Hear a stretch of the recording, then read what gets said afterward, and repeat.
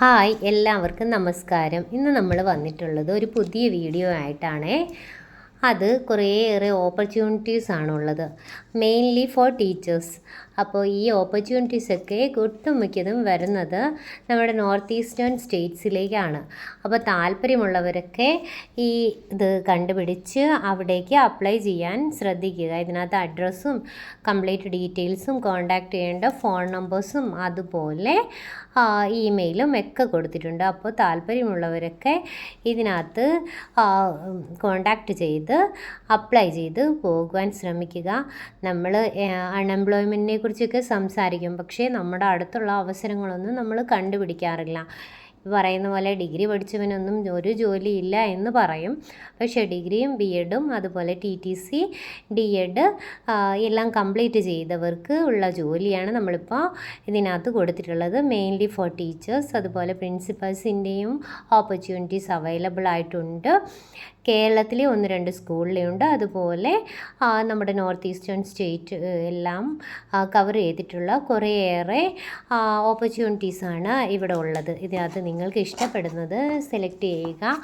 അപ്പോൾ കഴിയുന്നവരെല്ലാം ഈ ചെറിയ ജോലിയല്ലേ എന്ന് ചിന്തിക്കുമായിരിക്കും, പക്ഷേ എന്നിരുന്നാൽ കൂടെയും നമുക്ക് എക്സ്പീരിയൻസ് കൊണ്ടാണല്ലോ നമ്മൾക്ക് പുതിയ പുതിയ ജോലിയിലേക്ക് പ്രവേശിക്കാൻ കഴിയുക.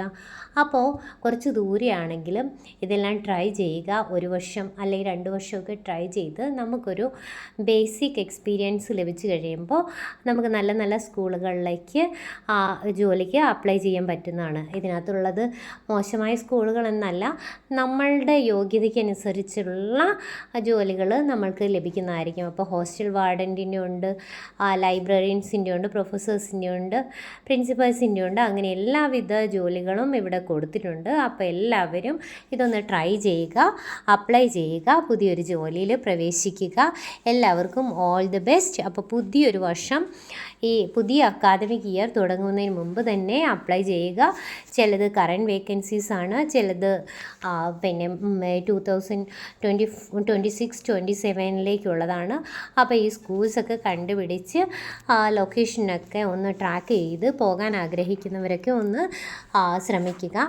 അതുപോലെ നോർത്ത് ഈസ്റ്റിലൊക്കെ സ്കൂളിൽ വർക്ക് ചെയ്യുക എന്ന് പറയുന്നത് ഒത്തിരി ഡിഫിക്കൽട്ടൊന്നുമല്ല. നമുക്ക് പോകുന്നതും ചിന്തിക്കുന്നതും ആലോചിക്കുമ്പോൾ ഒത്തിരി ദൂരമായിരിക്കാം, പക്ഷേ അവിടെ ചെന്ന് കഴിഞ്ഞിട്ടുണ്ടെങ്കിൽ നമുക്ക് കുറച്ച് നാളത്തെ പ്രോബ്ലംസൊക്കെ കാണുമായിരിക്കും. പക്ഷേ എന്നിരുന്നാലും പിന്നീട് ഭാവിയിൽ നമ്മൾക്ക് ഈ ഒരു എക്സ്പീരിയൻസ് നല്ലൊരു മുതൽക്കൂട്ടായിരിക്കും.